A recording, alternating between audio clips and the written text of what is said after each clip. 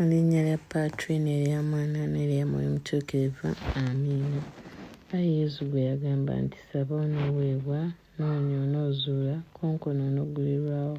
Olw'obuweereza bwa Bikira Maria maama omutuukirivu ennyo, nkonkona, noonya era nsaba essaala yange eyanukule.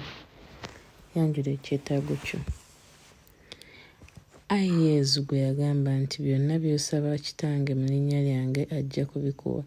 Olw'obuweereza bwa Bikira Maria maama wo omutuukirivu ennyo, mu bwetoowaze n'obwetaavu obungi, nsaba Kitaawo mu linnya lyo ayanukule essaala yange.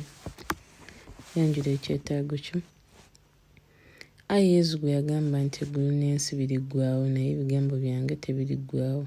Olw'obuweereza bwa Bikira Maria maama wo omutuukirivu ennyo, mpulira ndi mugumu nti essaala yange enaayanukula.